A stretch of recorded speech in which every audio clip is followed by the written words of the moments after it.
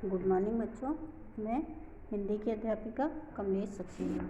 आज आपको ऑनलाइन कक्षा कार्य में पढ़ाऊंगी हिंदी साहित्य। आज हम हिंदी साहित्य में पढ़ेंगे पाठ 23, जिसका नाम है यात्रा बस की। तो आइए बच्चों, पाठ को पढ़ना शुरू करते हैं। हम 5 मित्रों ने तय किया कि शाम 4 बजे की बस से चले। पन्ना से इसी कंपनी की बस सतना के लिए 1 घंटे बाद मिलती है, जो जबलपुर की ट्रेन मिला देती है। सुबह घर पहुंच जाएंगे। हम में से 2 को सुबह काम पर हाजिर होना था, इसलिए वापसी का भी यही रास्ता अपनाना जरूरी था। लोगों ने सलाह दी कि समझदार आदमी इस शाम वाली बस से सफ़र नहीं करते। क्या रास्ते में डाकू मिलते हैं? नहीं, बस डाकिन है। यानी कि बस की यात्रा, ये 5 मित्र हैं, जो कि 5 मित्र ने शाम की बस से जाने का निर्णय लिया। और बस पन्ना की कंपनी की बस है, जो कि पन्ना से सतना से मिलती है और जो जबलपुर की जाने के लिए ट्रेन को मिला देती है। सुबह 5 बजे सुबह घर पहुंच जाएंगे। हम दोनों को, यानी कि उनमें से 2 व्यक्तियों को अगले दिन वापसी भी आना था। कुछ लोगों ने सलाह दी कि शाम वाली बस से सफ़र नहीं करते। क्या रास्ते में डाकू मिलते हैं? नहीं, बस डाकिन है। बस को देखा तो श्रद्धा उमड़ पड़ी, यानी कि बस को देखा तो बहुत खुश हो गए। खूब वयोवृद्ध थी, यानी कि बहुत पुरानी बस थी। सदियों के अनुभव के निशान लिए हुए थी। लोग इसीलिए इससे सफ़र नहीं करना चाहते कि वृद्धावस्था में इसे कष्ट होगा। यह बस पूजा के योग्य थी, उस पर सवार कैसे हुआ जा सकता है। बस कंपनी के एक हिस्सेदार भी उसी बस में जा रहे थे। हमने उनसे पूछा, यह बस चलती भी है? वह बोले, चलती क्यों नहीं है जी, अभी चलेगी। हमने कहा, वही हम देखना चाहते हैं।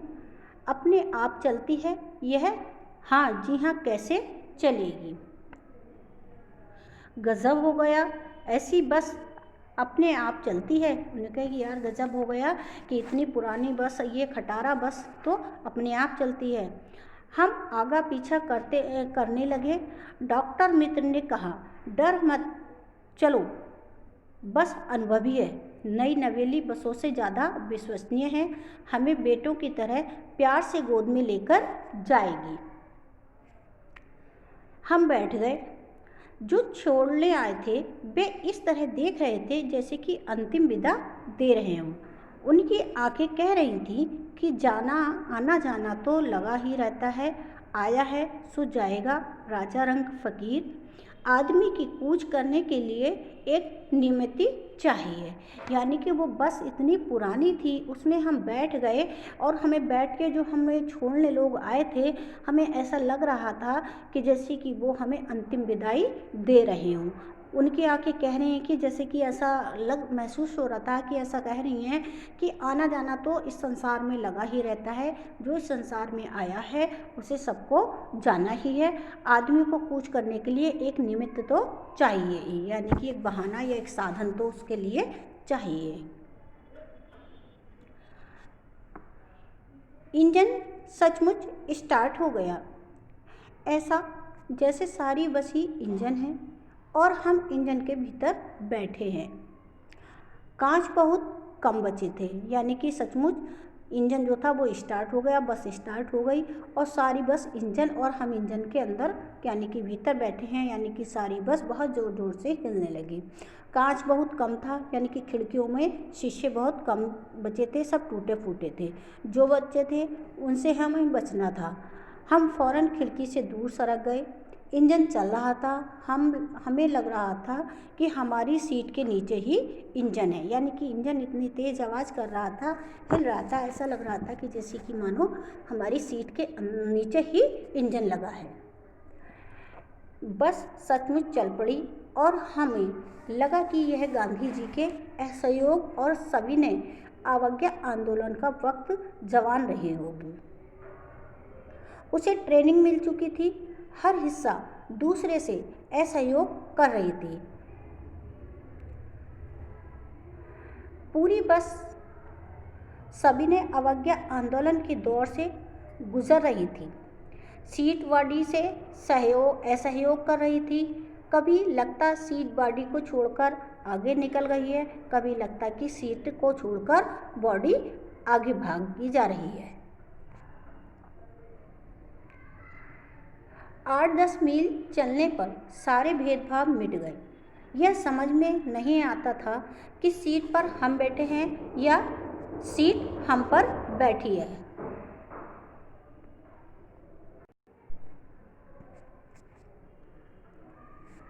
एकाएक बस रुक गई। मालूम हुआ कि पेट्रोल की टंकी में छेद हो गया, यानी कि अचानक बस रुक गई। पता चला कि बस क्यों रुकी है, पेट्रोल की टंकी में छेद हो गया है। ड्राइवर ने बाल्टी से पेट्रोल निकालकर उसे बगल में रखा और नली डालकर इंजन में भेजने लगा। उसके ड्राइवर ने उसमें बाल्टी में पेट्रोल निकाल लिया टंकी का और उसमें एक नली डालकर इंजन में भेजने लगा। अब मैं उम्मीद कर रहा था कि थोड़ी देर बाद बस कंपनी के हिस्सेदार इंजन को निकालकर गोद में रख लेंगे। यानी कि लेखक कह रहा है कि अब मुझे ऐसा लग रहा था कि थोड़ी देर बाद बस के जो हिस्सेदार हैं वो इंजन को ही निकालकर गोद में रख लेंगे और उसे नली से पेट्रोल पिलाएंगे, जैसे बच्चे को मुंह में दूध की शीशी लगाती है। मतलब इस तरीके से वो बस में के इंजन में पेट्रोल डालेंगी जैसे कि माँ बच्चे के मुंह में दूध की शीशी को लगाती है। बस की रफ्तार अब 15-20 मील हो गई थी। मुझे उसके किसी भी हिस्से पर भरोसा नहीं था। लेखक कहता है कि बस की रफ्तार यानी कि उसकी चाल गति बहुत कम हो गई थी, 15-20 मील ही रह गई थी और यह लगता था कि अब उससे भरोसा नहीं था कि ब्रेक फेल हो सकते हैं, स्टीयरिंग टूट सकता है। प्रकृति के दृश्य बहुत लुभावने थे, यानी कि रास्ते में जो प्रकृति के दृश्य आ रहे थे वो बहुत ज़्यादा सुंदर लग रहे थे। दोनों तरफ हरे भरे पेड़ थे जिन पर पक्षी बैठे थे। मैं हर पेड़ को अपना दुश्मन समझ रहा था। लेखक कह रहा है कि दोनों तरफ हरे भरे पेड़ थे जिन पर पक्षी बैठे हुए थे, परंतु मैं उन पेड़ों को अपना दुश्मन समझ रहा था। जो भी पेड़ आता डर लगता कि इससे बस टकराएगी, यानी कि जो भी पेड़ आता था मुझे ऐसा लगता था कि बस अब इससे टकरा जाएगी। वह निकल जाता तो दूसरे पेड़ का इंतज़ार करता।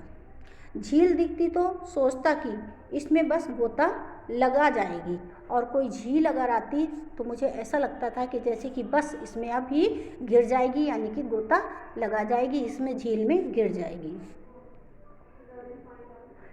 एकाएक बस फिर रुकी, यानी कि अचानक बस फिर से रुकी। ड्राइवर ने तरह तरह की तरकीबों की पर वह चली नहीं। सविनय अवज्ञा आंदोलन शुरू हो गया था। कंपनी के हिस्सेदार कह रहे थे बस तो फर्स्ट क्लास है जी, यह तो इत्तेफाक की बात है। इतने में भी बस के हिस्सेदार जो थे वो कह रहे थे कि बस तो बहुत अच्छी है, यह तो इत्तेफाक की बात है कि वो इसमें ये कमियां आ रही हैं। क्षीण चांदनी में वृक्षों की छाया के नीचे वह बस बड़ी दयनीय लग रही थी, यानी कि चंद्रमा की हल्की हल्की रोशनी में, चांदनी में, पेड़ों की छाया के नीचे वह बस जो थी बहुत ही दयनीय लग रही थी। जैसे कोई वृद्ध थक कर बैठ गया हो। उसे देखकर ऐसा लग रहा था कि जैसे कि पेड़ के नीचे कोई वृद्ध यानी कि बूढ़ा व्यक्ति थक कर बैठ गया हो। हमें ग्लानि हो रही थी कि बेचारी पर लटकर हम चले आ रहे हैं, यानी कि हमें अपने मन में यह अफसोस लग रहा था कि बताओ इतनी पुरानी और बेकार बस है कि जिस पर हम लटकर चले आ रहे हैं। अगर इसका प्राणांत हो गया, इस बियावान में हमें इसकी अंत्येष्टि करनी पड़ेगी। यानी कि लेखक हंसी के उसमें कहता है कि इसका प्राणांत यानी कि बस खराब हो गई और बिल्कुल ही नहीं चलने योग्य रही, तो हमें इस बियावान जंगल में, बियावान यानी कि जहाँ पे कुछ भी नहीं मिलता है, इसकी अंत्येष्टि करनी पड़ेगी। अंत्येष्टि यानी कि इसका अंतिम संस्कार करना पड़ेगा। हिस्सेदार साहब ने इंजन खोला और कुछ सुधार किया। बस आगे चली। उसकी चाल और कम हो गई, यानी कि फिर बस के हिस्सेदार ने उसका इंजन खोला और फिर उसमें कुछ सही किया। बस चल पड़ी, लेकिन उसकी रफ्तार जो थी, चाल जो थी, वो और भी कम हो गई थी। धीरे धीरे वृद्ध की आंखों की ज्योति जाने लगी। चांदनी में रास्ता टटोल कर वह रेंग रही थी। ऐसा लग रहा था कि जैसे जैसे बूढ़े व्यक्ति की आंखों की रोशनी चली जाती है और वह अंधेरे में टटोल टटोल कर चलता है। आगे या पीछे से कोई गाड़ी आती दिखती तो वह एकदम किनारे खड़ी हो जाती और कहती, निकल जाओ बेटी, अपनी तो वह उम्र ही नहीं रही। एक पुलिया के ऊपर नाले में गिर जाती। मैंने उस कंपनी के हिस्सेदार की तरफ पहली बार श्रद्धा भाव से देखा। लेखक कहता है कि मैंने उस कंपनी के हिस्सेदार की तरफ पहली बार श्रद्धा भाव से देखा। ऐसी भावना दुर्बल है, नहीं, श्रद्धा भाव से देखा। वह टायरों की हालत जानते हैं, फिर भी जान हथेली पर लेकर इसी बस में सफ़र कर रहे हैं। इसलिए उन्होंने श्रद्धा भाव से देखा कि वो बस के टायरों की हालत को जानते हैं और फिर भी जान को हथेली पर रखकर इस बस से सफ़र कर रहे हैं। उत्सर्ग की ऐसी भावना दुर्लभ है। सोचा, इस आदमी के साहस और बलिदान भावना का सही उपयोग नहीं हो रहा। इसे तो किसी क्रांतिकारी आंदोलन का नेता होना चाहिए। अगर बस नाले में गिर पड़ती और हम सब मर जाते तो देवता बाहें पसारे उसका इंतज़ार करते, कहते, वह महान आदमी आ रहा है जिसने एक टायर के लिए प्राण दिए हैं, मर गया पर टायर नहीं बदला। दूसरा घिसा टायर लगाकर बस फिर चली।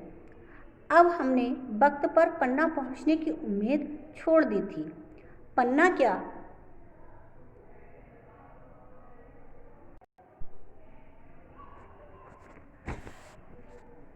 कहीं भी कभी भी, लेखक कहता है कि पन्ना ही क्या, कहीं भी और कहीं भी पहुंचने की उम्मीद छोड़ दी थी। लगता था जिंदगी इसी बस में गुजारनी है और इससे सीधे उस लोक को प्रयाण कर जाना है।